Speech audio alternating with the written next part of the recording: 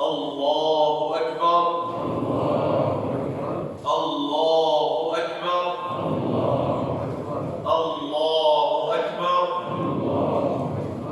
الله أكبر عدد ما كبر المسلمون في كل بلاد العالم اليوم وهللوا.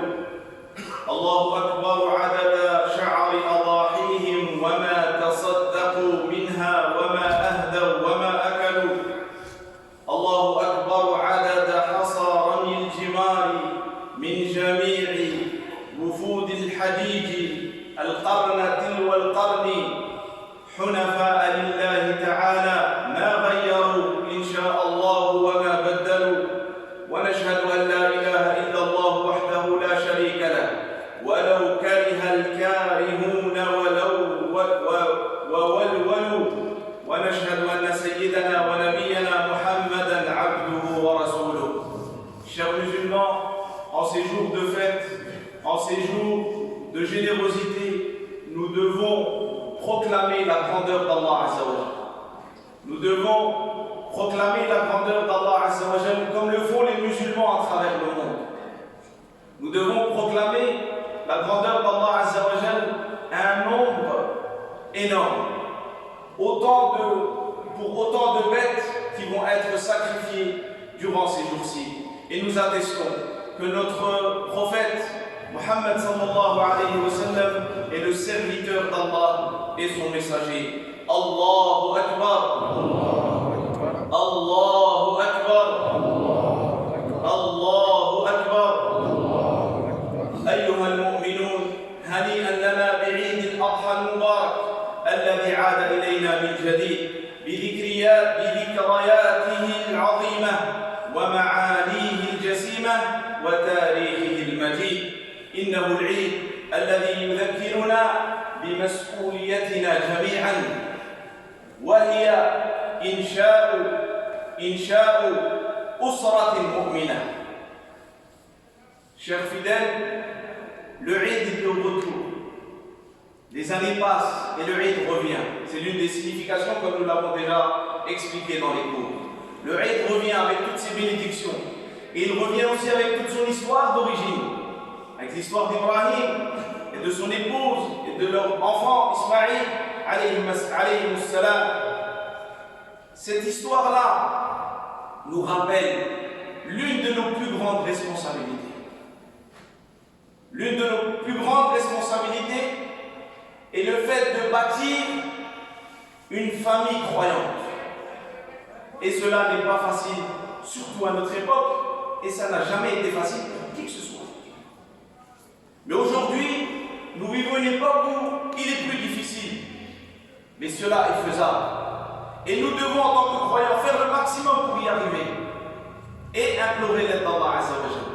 Surtout à un moment, à une époque, vous avez vu, ces jours-ci, ce qui se passe. La famille est attaquée dans ses fondations même. On ne parle plus d'un homme qui épouse une femme et qui ont des enfants. Mais on attaque la famille même dans sa fondation.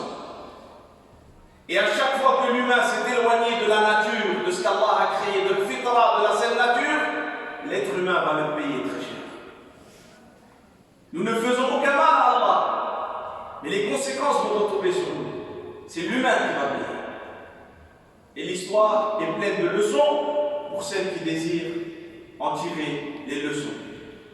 Alors nous avons cette finalité de ce jour que nous devons garder à l'esprit. C'est ça le plus important. Bien sûr, nous devons sacrifier, mais qu'est-ce qu'il y a derrière le sacrifice? La plus belle adoration à accomplir aujourd'hui, c'est le sacrifice. Mais qu'y a-t-il derrière ce sacrifice? Ce n'est pas une histoire de viande seulement. Il y a le fait de bâtir une famille croyante. Alors si tu es un père de famille, tu dois chercher à ressembler, te rapprocher d'Ibrahim alayhi salam. Si tu es une mère, tu dois chercher à ressembler, à te rapprocher de Hajar alayhi salam. Et si tu es un enfant, fille ou garçon, tu dois essayer de te rapprocher du comportement d'Ismaïl alayhi salam. هذه الأسرة المؤمنة تعيش مستسلمة لله تعالى لا تعيش حسب الهوى ولا تعيش لترضي الشهوات المحرمة. Cette famille croyante vit en pleine soumission pour Allah. Elle n'est pas soumise à son ego. Cette famille n'est pas soumise à ses envies interdites. Aujourd'hui, ce qui pousse beaucoup de familles dans leur choix, ce sont des envies qui sont interdites. Si elles ne sont pas interdites, il n'y a aucun mal. Mais si elles sont interdites, c'est un mal qu'ils sont en train de faire. هذه الأسرة تعيش لإرضاء الخالق لا لإرضاء الخلق. C'est une famille qui cherche à satisfaire, à obtenir la satisfaction d'Allah, non la satisfaction des gens. Bien sûr, nous respectons les gens, mais tu ne pourras jamais satisfaire les gens. Et les gens changent. Alors si tu vis en fonction des gens, ce qui est le cas de beaucoup de familles aujourd'hui, tu risques d'avoir beaucoup de problèmes dans cette vie et dans l'autre. Alors faisons que notre plus grand souci soit de plaire à Allah Azza wa Jal et d'obtenir sa satisfaction. هذه الأسرة تعتقد أن البلاء مقدر من لدن حكيم عليم فتصبر عليه وتحتسب الأجر من الله تعالى. Cette famille est convaincue, c'est une croyance pour elle. Elle sait que l'épreuve vient d'Allah. Elle vient du sage et de l'omniscient, qu'il soit exalté. C'est pour cela que cette famille a reçu maintes épreuves. وَإِذِ ابْتَلَى إِبْرَاهِيمَ رَبُّهُ بِكَلِمَاتٍ فَأَتَمَّهُنَّ قَالَ إِنِّي جَاعِلُكَ لِلنَّاسِ إِمَامًا. Il a reçu, lui et sa famille, beaucoup d'épreuves. Et ils ont réussi à chaque épreuve. Et c'est pour ça que c'est une famille modèle. Et c'est pour cela que tous les gens qui se rendent au Hajj, jusqu'à la fin des temps, accomplissent les rites que cette famille a accomplis, selon la tradition du prophète Mohammed sallallahu alayhi wa sallam. Les gens font ce que ces trois personnes ont fait. Et aujourd'hui, les musulmans dans le monde entier vont sacrifier une bête par rapport à cette histoire du sacrifice. وهذه الأسرة تصبر على طاعة الله سبحانه. قال الله تعالى وهو يذكر لنا هذه القصة العجيبة: يا أبت افعل ما تؤمر ستجدني إن شاء الله من الصابرين. C'est une famille qui patiente, et nous l'avons dit tout à l'heure. Bâtir une famille croyante, ce n'est pas évident. Obéir à Allah de manière constante, il faut qu'Allah nous aide, et il faut que nous soyons patients. Et Ismaïl alayhi salam nous apprend cette leçon de la patience par la pratique.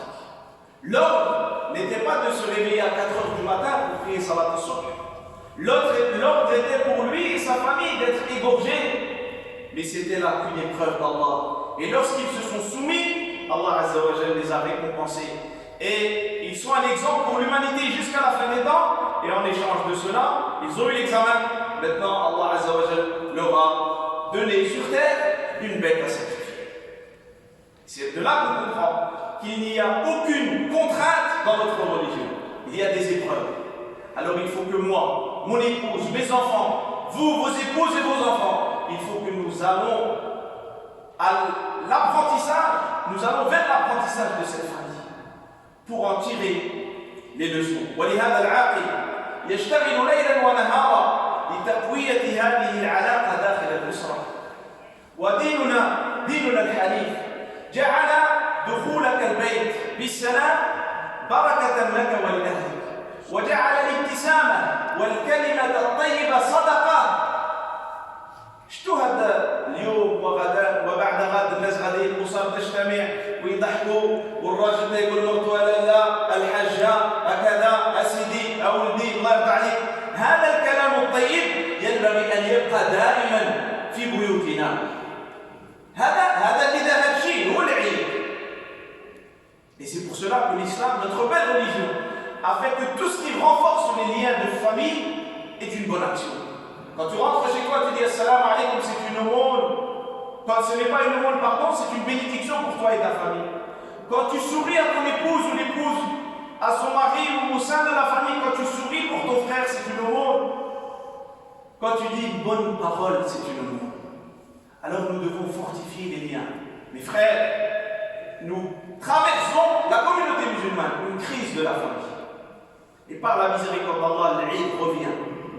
Pour nous rappeler cela, nous devons mettre nos sentiments de côté Et nous devons apprendre comment vivait le prophète sallallahu alayhi wa sallam avec sa femme. Comment il était doux, comment il était généreux, comment il était pardonneur. La sunna est un art de vivre. Rappelez-vous de cela. La sunna est un art de vivre.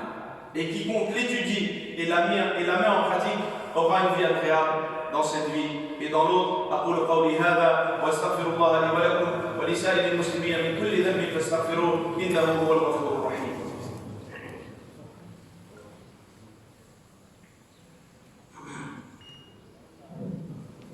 الله أكبر الله أكبر الله أكبر. أيها المسلمون رحمكم الله، صلوا في هذا العيد وفي غيره أرحامكم، وأرغموا أنف الشيطان بالعفو والمسامحة، فإن من يبدأ بالسلام بين المتقاطعين أفضلهما عند الله. هذه يمت اللي تخاصم مع شي واحد، مع مرته، مع باه، مع عمو، مع اخوه، مع ولد عمو، مع شي واحد. اليوم ما يقولش غدا، اليوم غادي تسالي الأضحية، اليوم إما تمشي تزورهم وإلا كانوا بعد تتصل بهم. يا أخي كن أقوى من الشيطان. وهذا أنت ذليت روحك لله، ربي غادي يرفعك. من تواضع لله رفعه. ما تقولش لا أنا ولد 9، أنا ربطني امرأة، واش هو خير مني؟ والله ما يمشي عندي، أنا اللي كبير. يبقى دائما الشيطان. وخاصة نحن الذين نعيش في هذا البلد، إذا تفتت الأسرة تاعنا تفتت الدين.